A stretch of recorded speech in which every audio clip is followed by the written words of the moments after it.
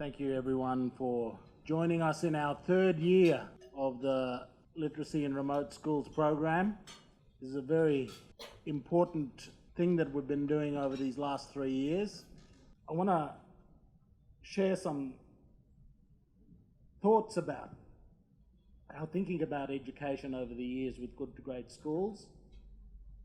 I want us to reflect on this third and last year of our program and where we've got to with our schools and the distance that remains before us if we're going to make the work that we've done over the last 3 years amount to something sustainable and that lasts into the future.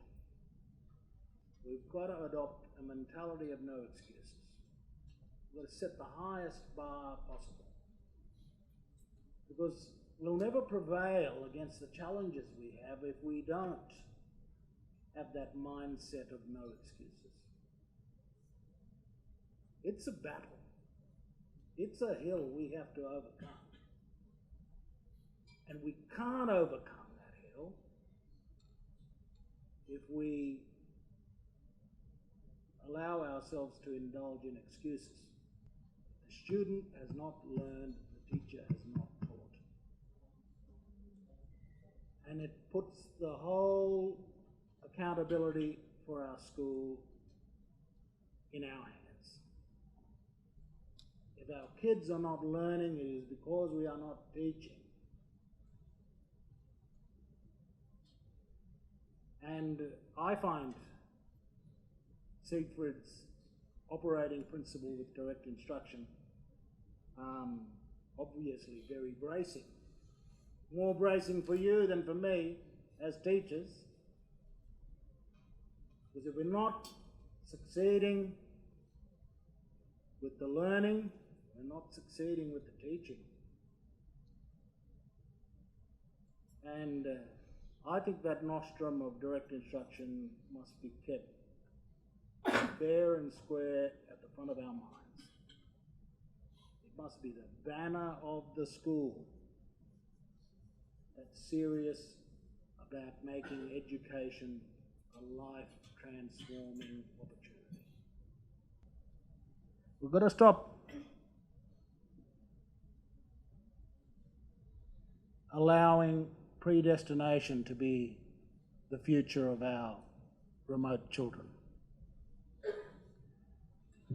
We've got to allow education to be the one opportunity to transform destiny and to make new destinies. It's the one chance the child will have. School is the only place where we can change destiny. I really reject the idea that schools should just be a class replication sausage machine. Schools should be the place where class doesn't matter. Schools should be the place that says there's no room for class discrimination. We've got to have the same expectations of the poorest kids as we do of the advantaged kids.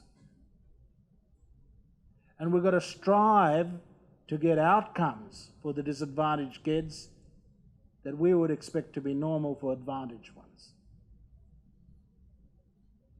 And school is the one place where we can change destinies and we can change prospects. This is an idea that only kind of became clear in my own mind in the last 6 months. It is this idea that we need student-ready schools, not just school-ready students. We need schools that are going to cater for our kids, that are going to have high expectations of our kids, that are going to give high outcomes for our kids. But they've got to take our kids as they are. Don't make an excuse of the fact that that kid doesn't have books in the home. It's the teaching in the school that should be the issue. And so, in our reform thinking, I think we were not quite clear about this. We need to shape schools that cater for disadvantaged kids. Shape schools that cater to disadvantaged kids, that are based, a whole language approach to learning reading caters for middle class kids, where kids have been immersed in books and literacy all of their lives since they were little babies.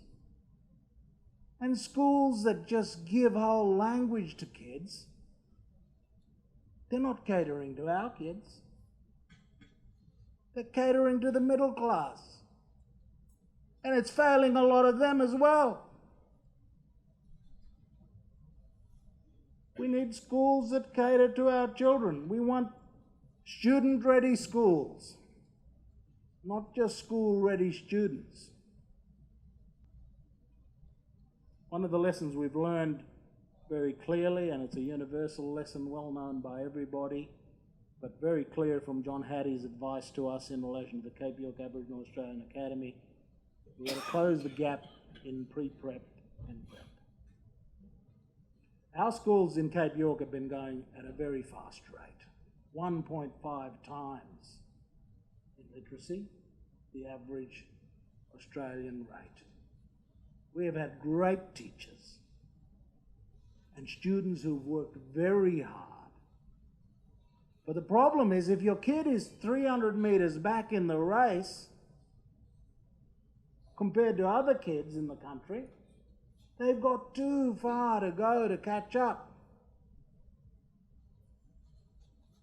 And John Hattie said to us, well, you either got to increase the acceleration when we're already going 1.5 times faster, or you've got to start earlier.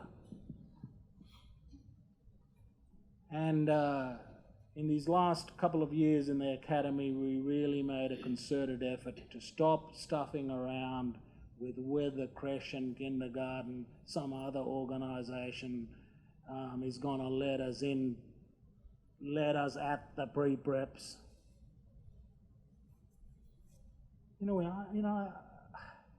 To my shame, I allow 5 years to go on before I have that fight.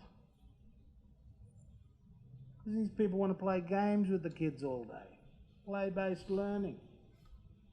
And we're begging them at the door for a bit of explicit instruction. Let's use a K-level program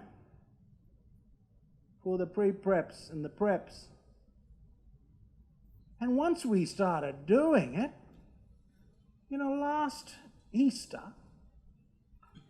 all of our preps that were attending our 3 campuses were on track to read in grade 1. Because for the first time we were working with them in pre-prep and prep. I have a fundamental debate going on with Dr. Chris Sara in relation to this whole question of high expectations. I'm in vigorous agreement about the idea of high expectations, which is an old idea. My problem with Dr. Sara is that we can talk all day about having high expectations of the kids. It is incontrovertible that that is the right idea.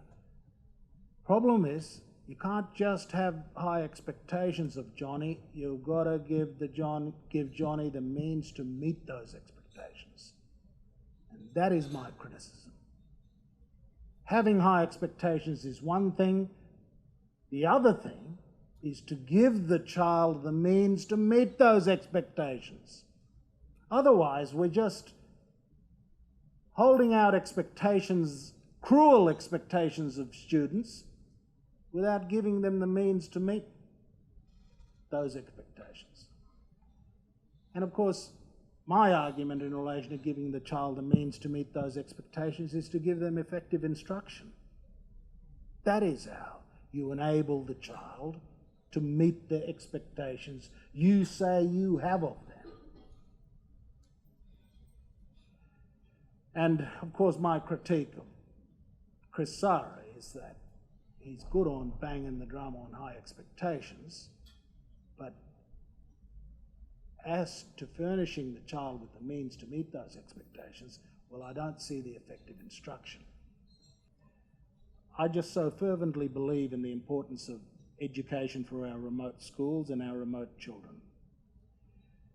I can't understand why Indigenous leaders don't enough understand that this is as important as land rights. There's 4 important things. It's like building a building. The foundation is land rights. Well, we've got our land rights.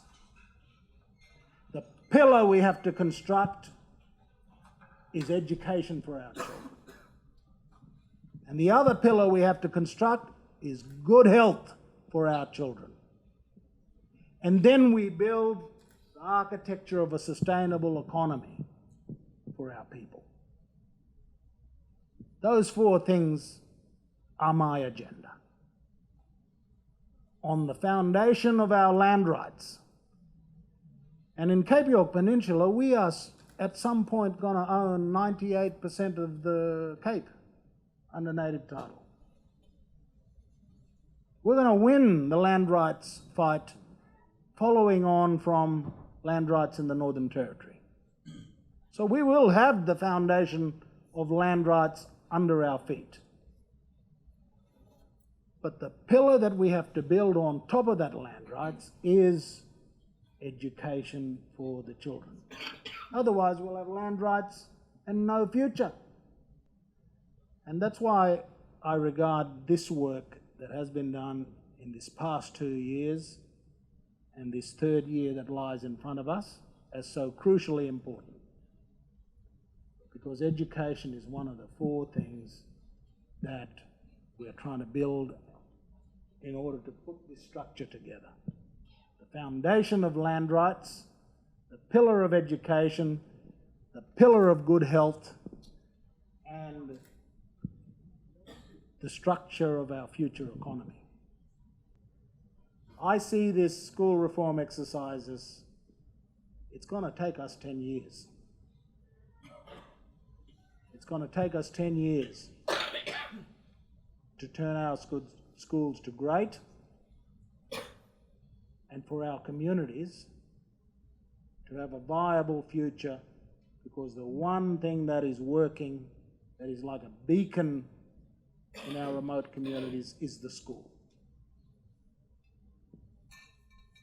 And we're just only into our 3rd year of that crusade, and every community that can say we have got a school that is a beacon for the future of our people is a community that will live long on the earth.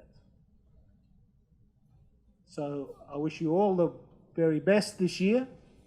I thank you in advance for all of the hard work that you will do and that you have already done. But we've got to redouble our conviction and redouble our energies. Because it is a sacred mission. It is a sacred mission. It is nothing less than the survival of a people that is at stake here. It is nothing less than the survival of a people that is at stake here. Thank you.